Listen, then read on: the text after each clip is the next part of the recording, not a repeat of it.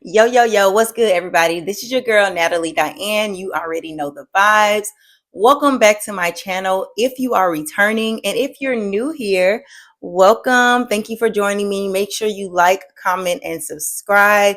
This is a channel where we get our mind right, our body right, and our spirit right, y'all. It all aligns together. So if that is something that interests you, make sure you subscribe, okay? Whew, y'all. This right here is a topic you don't want to miss. And I know a lot of YouTubers say that, or a lot of content creators say that, but y'all, this right here, I'm telling you, you in for a treat. All right. So let's just get right into it, period.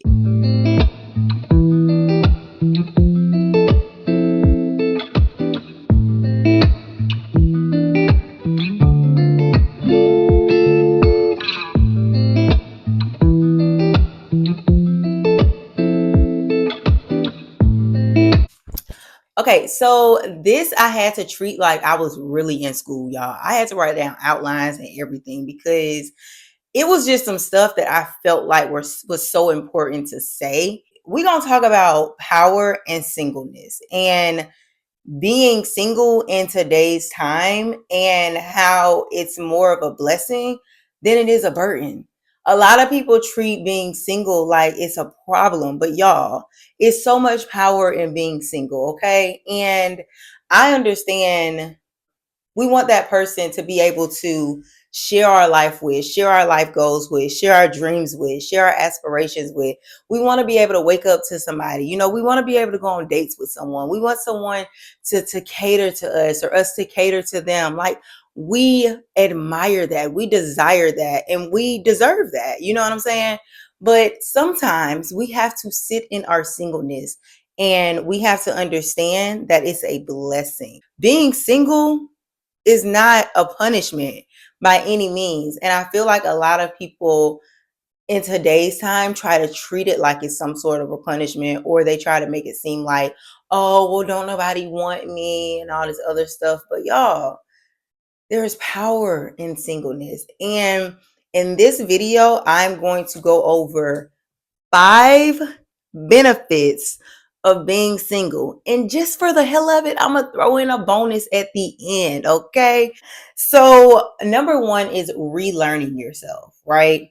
A lot of us, we get in relationships and we kind of, in a sense, lose ourselves in that relationship. We used to do certain things, like, say for instance, you used to love to dance, you used to love to do certain things, and then once you got in a relationship, you kind of stopped doing those things because you got so invested in that relationship. And by no means is that wrong, but when you're single, you get a moment to relearn yourself. You get a moment to learn your likes and your dislikes. You get a moment to really invest more time in yourself the way you did in your relationship. You know, relearning yourself is not a bad thing.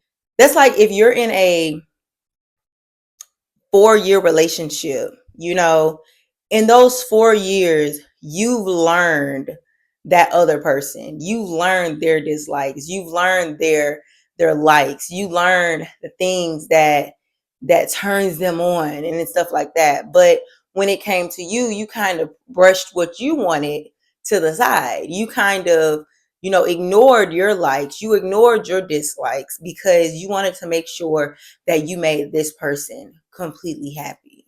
And we kind of forget about ourselves in a sense. So relearning yourself to where you really learn who you are, who you are as a person again, you know? Because again, we lose ourselves in our relationship sometimes. And I never feel like you should lose yourself in a relationship. Just point blank period. You and that person should be able to align in a sense to where they know who you are, you know who they are. Y'all come together and y'all make it work. Y'all shouldn't have to come together and then you try to change this person and they try to change you. And that's the beauty of being single, you know, like you get to really learn who you are. We're going to talk about benefit number 2. This one is a big one to me because it's so many things people put up with and relationships that they normally wouldn't put up with, and they don't realize that they've been putting up with it until they get out of a relationship. So benefit number two is setting certain boundaries. When you get out of a relationship, especially a long-term relationship, you don't realize all of the things that you've probably put up with that you normally wouldn't put up with. So when you get out of a relationship, it allows you to set up certain boundaries. And this only works if you actually allow yourself time to heal outside of a relationship, outside of talking to somebody. This is not going to work if you get out of one situation and then hop in another situation thinking that it's just going to change overnight, because you haven't allowed yourself time to, one, relearn yourself, and then you haven't allowed yourself to really set those boundaries. So setting certain boundaries where you say, okay, if I get in another relationship or I get in another situation, these are the certain things that I'm not going to deal with.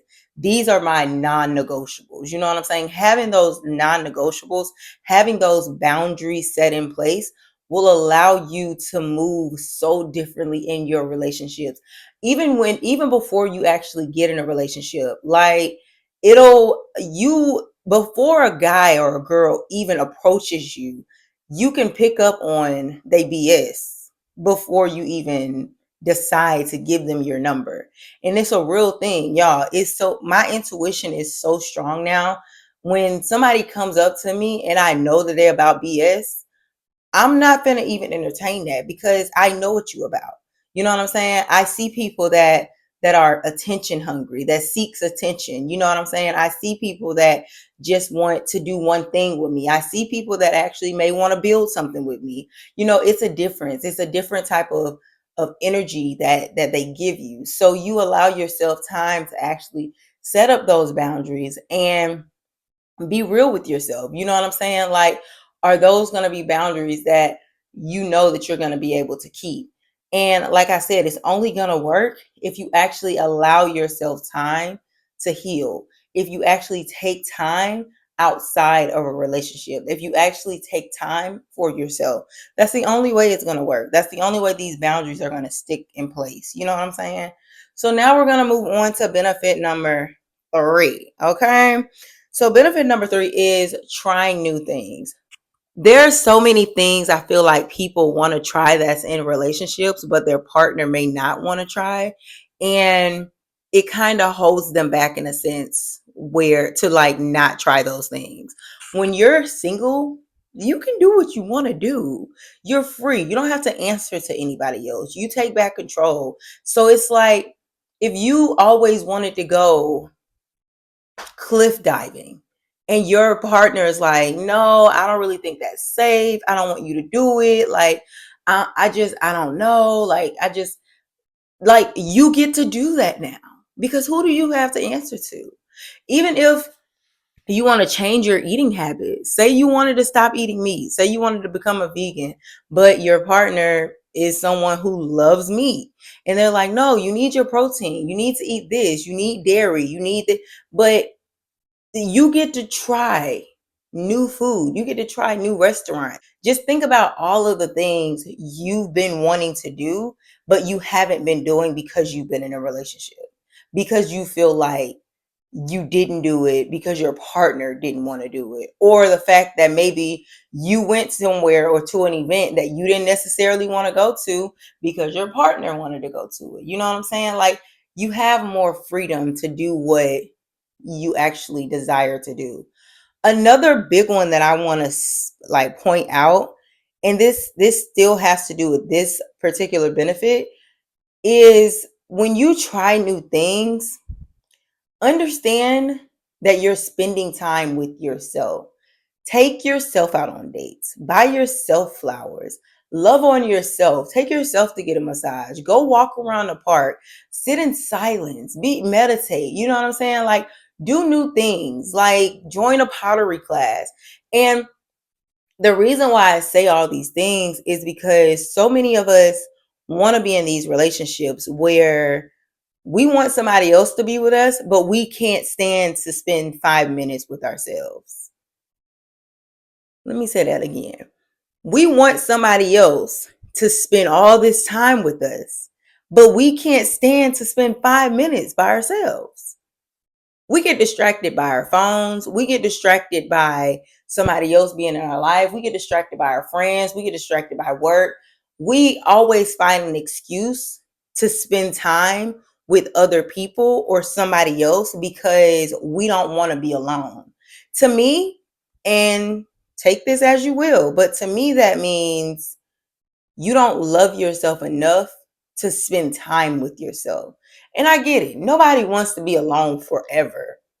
That's duh. You know what I'm saying? Like, I don't want to be alone forever, but, and I know I'm not going to be alone forever. But my thing is, I can spend time with myself. I can go to the movies and watch a movie by myself. I can go to the store and buy myself some flowers. I can go out and get my own nails done or my toes done. I can go get a massage by myself. I can go walk around the park by myself. I don't need another person in order to do those things. I feel like a lot of us, we feel like we need people to be in our lives in order for us to be happy, but or in order for us to have peace, because our happiness is temporary. Happiness is an emotion. Peace is a state of mind. You know what I'm saying? So a lot of us, we want that other person in our life to bring us something when we're not willing to bring ourselves that same thing. So spend time with yourself. And that'll allow you, again, to relearn yourself.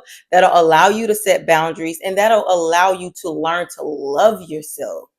That'll allow you to learn to love yourself in a way you start to think, okay, even though my desire is to be with someone eventually, you understand that you're okay by yourself. You understand that you don't need anybody. You may want somebody, but you never need anybody. And I think that's the thing that we need to learn the difference between. Like, we don't need to be in a relationship. We don't need somebody to pay our bills. We want somebody to do that, because you can have all those things and still be miserable because you're not happy with yourself. So until you really get that in your mind, until you really start to think like that, you're always going to feel like you need somebody, right? All right. So let's get on to benefit number 4, okay? Cuz that was a little deep, but that's okay. So number 4 is learning to love parts of yourself that you lost in a relationship. Damn, this is a deep one too. Okay, and this kind of like ties, I feel like, with, and I feel like I touched on it a little bit when I was just talking, but this also ties into relearning yourself, but also learning to love parts of yourself that you feel like you lost in your relationship, right? Or parts that you didn't know you needed to like give that attention to, you know? So there are parts of yourself where you may have been someone that's very nurturing, someone that's very caring, and being in a certain relationship may have turned you cold-hearted because this person that you were with may have been someone that's mean, may have been someone that was a manipulator, and it kind of changed your heart in a sense to where you lost who you was. Like that person may have been verbally abusive or whatever, and you didn't love certain parts of yourself. So being single allows you to love parts of yourself that you've lost. That's why I said spend that time with yourself. That's why I said get yourself those flowers. Tell yourself you're beautiful. Tell yourself affirmations. Be your own love language. Like we seek someone to give us our love language, but be your own love language. Be your love languages. Because I feel like it's in different seasons in our lives, we have different love languages. You know what I'm saying? Like, yeah, we may have, I feel like, a main love language, but in different seasons in our lives, I feel like we seek different things. So yeah, being single really allows you to love certain parts of yourself that you didn't know you needed to love, that you didn't know you've lost. And when you first get single, you're gonna feel lonely. You're gonna feel like you don't know what to do. You've You've invested all your time and energy into this relationship to where all you saw in your future was you and this person. And I don't think it should ever be that deep to where you you lose yourself so much. If this person is no longer in your life, you have no idea who you are. You have no idea who that beautiful young girl is. You have no idea who that strong, beautiful black man is. You have no idea who you are without being attached to somebody else. No. How is that fair to you? You know? So, yeah, just relearning to actually love yourself and take care of yourself and tend to yourself in a way to where nobody else can take that away from you. So, now, benefit number 5. Y'all, taking back control of your life. Look, I'm just taking back control of your life means you you've done things sometimes out of obligation, if that makes sense. You've done things because you were in a relationship. Like I said earlier, it's certain events that you weren't really interested in going in because it's just not, it wasn't your thing, but that was your partner's thing. So it was like, well, my partner really wants me to go, so I'm going to go and I'm going to support, but I really don't want to go, or when it's date night, you don't really want to go out on a date, right? Maybe you want to stay in your onesie and your fuzzy socks or your teddy bear slippers and you just want to watch movies, or maybe you're a guy that wants to go out and play basketball, but your girl wants to always do this and always do that. And, maybe you had somebody that was just really clingy or really needy and always needed some type of attention. And you learn to really take control of your life again. You learn to say no when you don't want to do something, you know? You learn to to step aside and understand that you don't have to do things that you don't want to do anymore. You don't have to answer to anybody. You don't have to worry about what somebody else is doing. You don't have to worry about why this person is not answering the phone, or you don't have to worry about answering the phone or sending back a text message, because you take control of your life. You are in control of your life, right? Yeah. Like I said, at the end, I was going to throw in a bonus, but actually, I want to throw in 2. All right. So the first one is, understand being single is not something to be ashamed of. Okay. I really, really want to say that to whoever is single out there and thinks that being single is something to be ashamed of. And I know I said earlier, being single is not a burden, it's a blessing. But I feel like this one is a little different because a lot of people look at singleness as like a scar that needs to be covered up or something. A lot of people look at it as something that they're afraid or ashamed to say, "Hey, I'm single." Because a lot of people, when you're older, right? Say you're 35 and you're single, and someone comes up to you and they're like, "Oh, you got anybody? You got any kids? Oh, what's wrong with you?" There's nothing wrong with you. Don't allow people to feel like you have some sort of a problem because you're single. No, you're single because you choose to be single. Being single is a choice. You can be with anybody, right? You know how many people may come in your DMs or may approach you at a gas station or in the gym or at the grocery store, wherever you are. You can give any one of those people your number and you can be in a relationship with any of those people, right? But why? Why, right? So don't be ashamed to be single. Don't be ashamed to be single, okay? The last one is forgiveness. Okay. So I feel like this one is a big one because it's so many people that that became single or that, has been single for a while, and they have this sort of, I feel like, hatred in their heart or hurt in their heart to where it's actually holding you back from being your best self. That hurt and that pain and that hatred is holding you back from being your best self. And if you don't forgive, you're going to take whatever hurt and pain into your next relationship, and you're not going to necessarily your you're not going to give that relationship what it's supposed to have, because you're so focused on, well, this person might hurt me or that person might hurt me. No, forgive. That doesn't mean forget.